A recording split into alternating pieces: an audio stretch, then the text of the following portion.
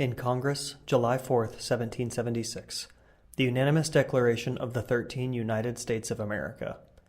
When, in the course of human events, it becomes necessary for one people to dissolve the political bands which have connected them with another, and to assume among the powers of the earth the separate and equal station to which the laws of nature and nature's God entitle them, a decent respect to the opinions of mankind requires that they should declare the causes which impel them to separation.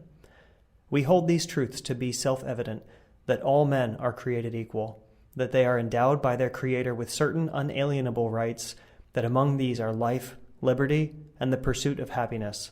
that to secure these rights, governments are instituted among men, deriving their just powers from the consent of the governed,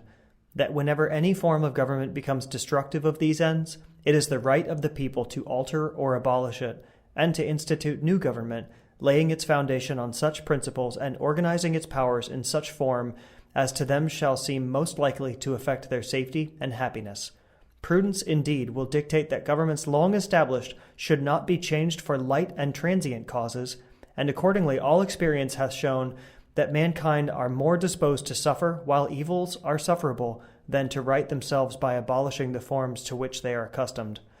But when a long train of abuses and usurpations, pursuing invariably the same object, evinces a design to reduce them under absolute despotism, it is their right, it is their duty to throw off such government and to provide new guards for their future security. Such has been the patient sufferance of these colonies, and such is now the necessity which constrains them to alter their former systems of government. The history of the present King of Great Britain is a history of repeated injuries and usurpations, all having in direct object the establishment of an absolute tyranny over these states. To prove this, let facts be submitted to a candid world. He has refused to assent to laws, the most wholesome and necessary for the public good. He has forbidden his governors to pass laws of immediate and pressing importance, unless suspended in their operation till his assent should be obtained, and when so suspended he has utterly neglected to attend to them. He has refused to pass other laws for the accommodation of large districts of people, unless those people would relinquish the right of representation in the legislature, a right inestimable to them and formidable to tyrants only. He has called together legislative bodies at places unusual, uncomfortable, and distant from the depository of their public records for the sole purpose of fatiguing them into compliance with his measures. He has dissolved representative houses repeatedly for opposing, with manly firmness, his invasions on the rights of the people. He has refused for a long time, after such dissolutions, to cause others to be elected, whereby the legislative powers, incapable of annihilation, have returned to the people at large for their exercise, the state remaining in the meantime exposed to all the dangers of invasion from without and convulsions within.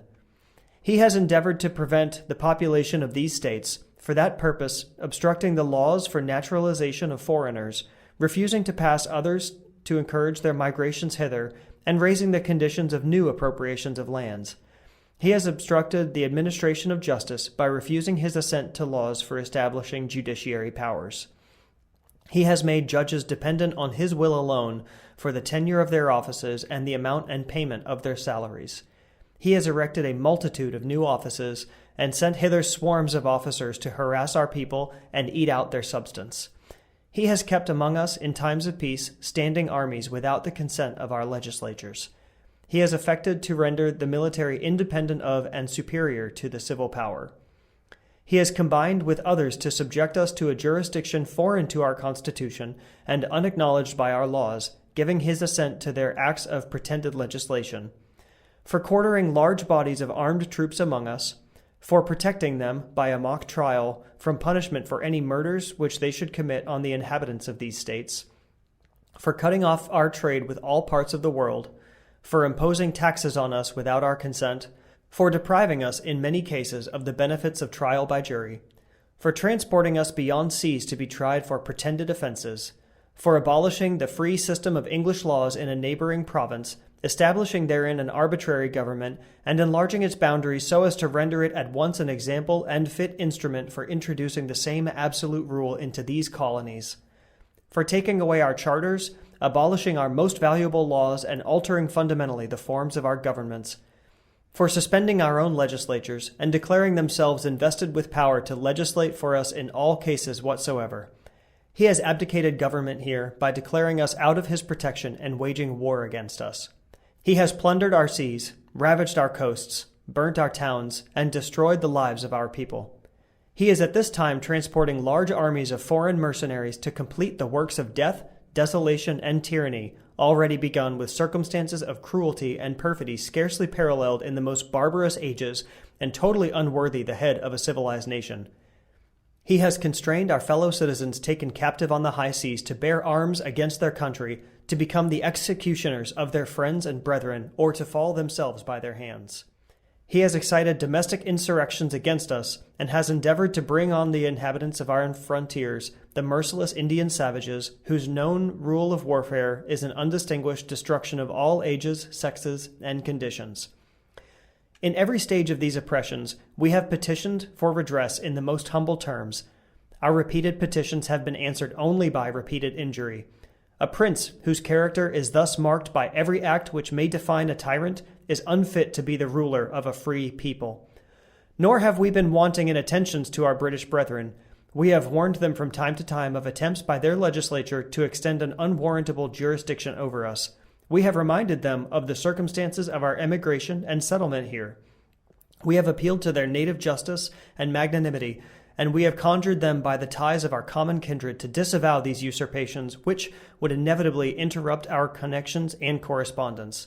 They too have been deaf to the voice of justice and of consanguinity. We must, therefore, acquiesce in the necessity which denounces our separation, and hold them, as we hold the rest of mankind, enemies in war, and in peace, friends. We, therefore, the representatives of the United States of America, in General Congress, assembled, appealing to the Supreme Judge of the world for the rectitude of our intentions, do, in the name and by authority of the good people of these colonies, solemnly publish and declare that these united colonies are, and of right ought to be, free and independent states, that they are absolved from all allegiance to the British Crown, and that all political connection between them and the state of Great Britain is and ought to be totally dissolved, and that as free and independent states, they have full power to levy war, conclude peace, contract alliances, establish commerce, and do all other acts and things which independent states may of right do. And for the support of this declaration, with a firm reliance on the protection of divine providence, we mutually pledge to each other our lives, our fortunes, and our sacred honor.